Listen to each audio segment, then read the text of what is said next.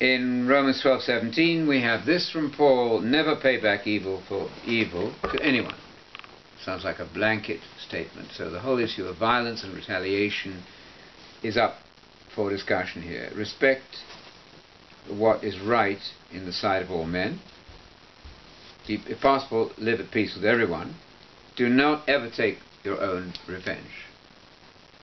So if you're being injured, you don't injure back, because vengeance is mine, I'm going to repay. And he will. God will see that justice is done, but you don't take justice into your own hands. Now, you help your enemy, feed him, and so on. Do not overcome evil by returning evil. So you don't fight back, you don't throw a bomb back at the man who throws a bomb at you. You leave that to God. Yes, it might cause your martyrdom. Maybe you have to die. No problem. You come back in the resurrection. Not a big deal. Every person, he says in the 13th chapter, is to be in subjection to the government authorities. Because all authority comes from God. Ultimately, he's not here dealing with the fact that some of it's been delegated to the devil. We know that's true also. God is ultimately the source of all authority.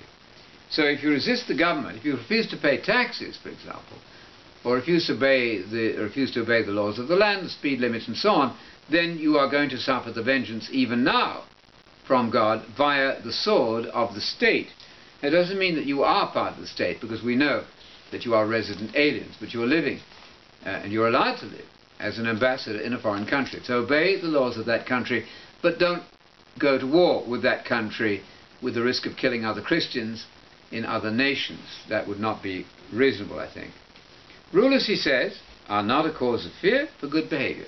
He's thinking generally of governments. He's not trying to specify good and bad governments. He's talking about government as a general, very general rule. They're there for your good. That's clear. So they're for your good. So you pay the taxes. You honor the king. You honor the emperor. You may not agree with everything he says. You may find him an impossible tyrant. But unless he tells you to do something that God expressly forbids, like perhaps killing babies who are unborn, conducting a same-sex marriage would be an impossible thing for a Christian to do, and other obvious cases like the 3 men in Daniel who had to die for the faith. They would not worship the king. Like the midwives who refused to kill the babies, even when they were commanded to do so. Those are shining examples of civil disobedience. But apart from those exceptions, do what the government says. Live at peace with everybody. Keep the laws of the land and pay your taxes. That seems very reasonable.